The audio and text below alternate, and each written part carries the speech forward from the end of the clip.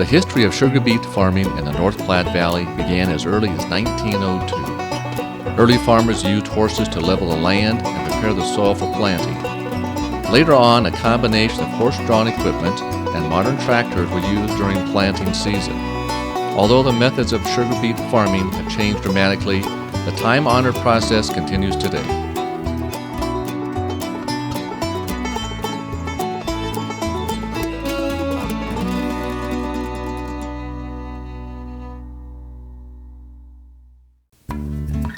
The Scottsbluff Sugar Factory, built in 1910, was the beginning of a relationship that has evolved into a grower-owned cooperative.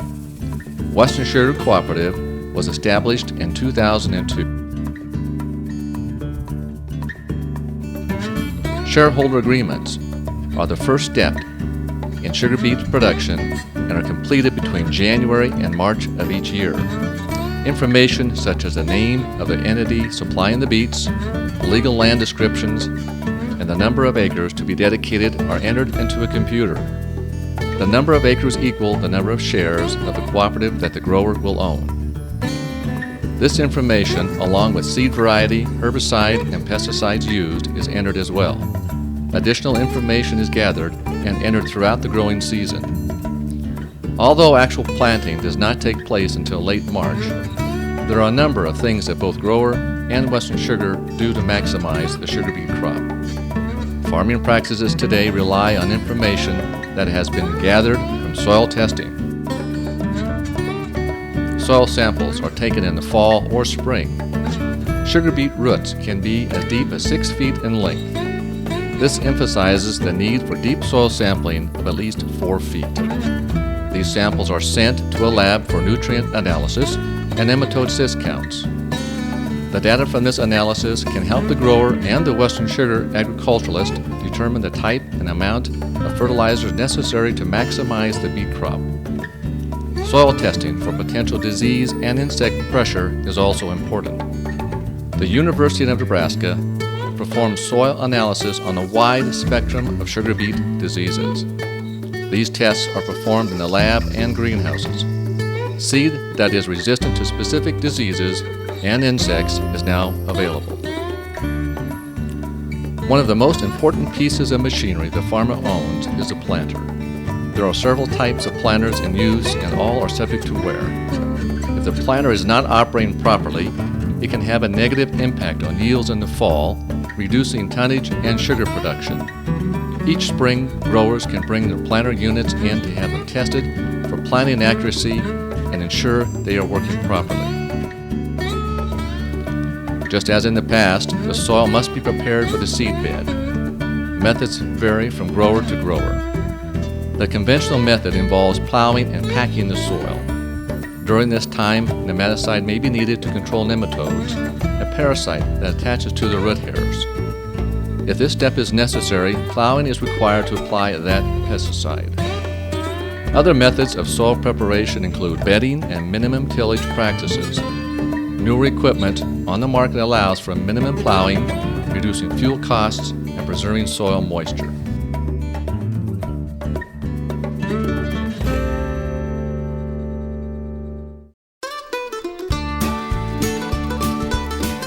Early sugar beet growers relied on the natural manure fertilizers, and application required extensive time and effort. Today's fertilizers are much improved and require less manpower and a different type of horsepower.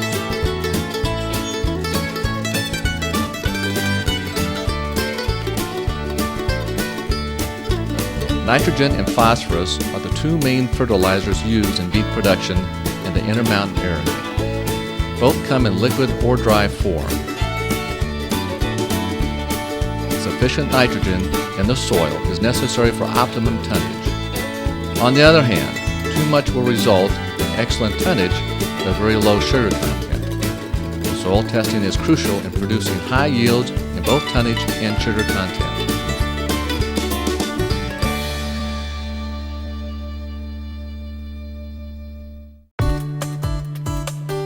Another example of the advances made in science of farming is the seed varieties that have been developed for this area. Western growers have about 30 different varieties of beet seed to choose from. The varieties are available to growers from 4 separate seed companies. Approximately 1/3 of the varieties are specialty types. This means the beets are resistant to specific diseases. All of the varieties are available in different sizes. Growers can buy bare seed or seed with a buildup on it to form a pellet, which also is available in different sizes. Sugar beet planting begins in late March and is usually finished by late April. Beet seed is placed 1 inch to 3/4 of an inch in the soil. Rows are 22 or 30 inches wide. Seeds are spaced from 4 to 6 inches apart depending on the row width. Proper seed placement is crucial to plant growth and development potential. Beet seedlings begin to emerge from the soil approximately 10 days to 2 weeks after planting. The timing may vary depending upon soil moisture and temperature. Seedlings are very delicate at this stage, and only 60 to 80% will survive. The carefully prepared soil seed bed is also a perfect environment for weed seedlings. Weeds compete with sugar beets for moisture, nutrients, and sunlight that are vital for healthy growth and development. Herbicides must be applied to the beet field to assure that crop production is optimal.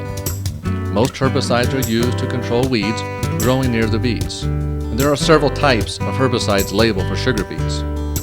Pre-plant herbicides are used prior to beet seedlings emerging. Pre-plant herbicides can be applied broadcast or in a band over the row while planting the crop. As soon as the beets begin to emerge and weeds appear, post-emergent spraying begins. Timing is crucial at this stage to achieve good weed control. In addition to herbicides, cultivation is another integral weed control tool. This is performed during May and June in this area. Cultivation is also beneficial to plant growth and can alleviate some disease problems in the plants during early season development. Cultivation is also used to incorporate fertilizer, insecticides, and herbicides. New studies suggest that as better weed control chemicals are developed, cultivation may not be necessary. Hand labor has been used for many years for thinning and weeding the sugar beet crop. Currently, hand labor is used mainly for late-season weeds that have escaped spraying. There are still some growers who use this method along with limited amounts of herbicides. Sugar beet growers began to use mechanical thinning in the 1970s as a way to reduce costs. Mechanized thinning has been developed through trial and error over the years. Today, the most popular method of mechanical thinning is done with a picket beet thinner. Thinning beets is necessary in some fields to achieve optimal plant stands. This allows a proper root growth essential to maximize yields.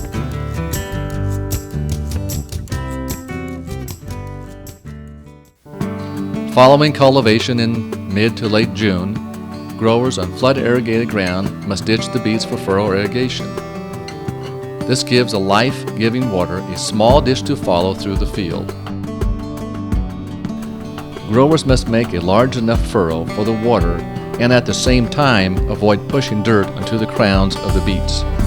Excess dirt in the beet crown can cause disease problems. Irrigation is essential for growing sugar beets. Annual rainfall provides only 10 to 14 inches of moisture. Irrigation must supplement the crop. Water is supplied through an irrigation system that has been in place since 1897. Larger federal irrigation canals were built around 1925. Mountain runoff provides the water to rivers and reservoirs many miles upstream. Historically, flood or furrow irrigation drawn from canals and laterals, along with the use of siphon tubes, are used to provide water to each field. In recent years, many growers have moved to irrigating with much more costly but efficient center pivots. Irrigation season normally begins from mid-June to the first week of July and ends mid to late September.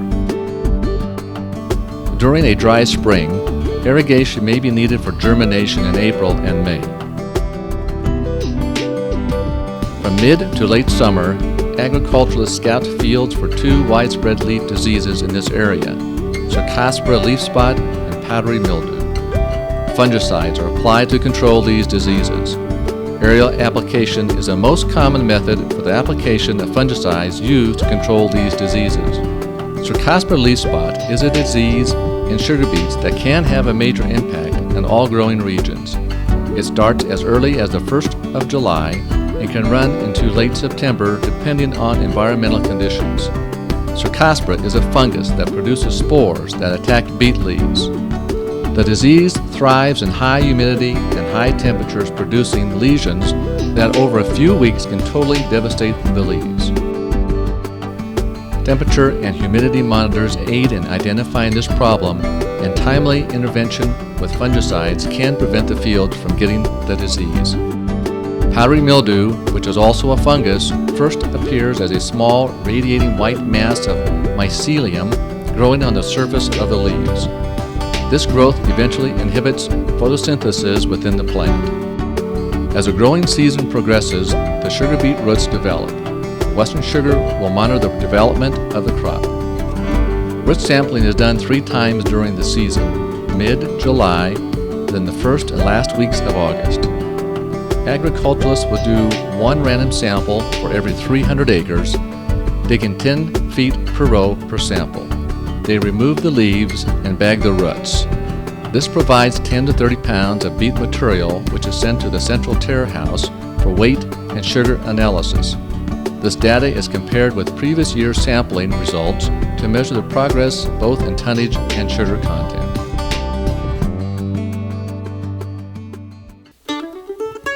The advances in science and equipment have given today's farmers an advantage over their predecessors. State-of-the-art testing, fungicides, herbicides, pesticides, and beet seed varieties, along with irrigation practices and new developments in machinery, have made it possible for growers to predict and optimize the production of sugar beets. These advances are in sharp contrast to the farming practices from the early 1900s.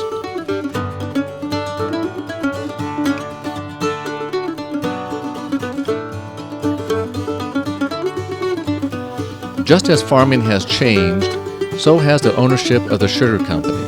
The Western Sugar Cooperative, which is now grower-owned, has become not only an important economic factor for the grower, but also for the community. Many things have changed for the modern farmer, except for the end result, sugar.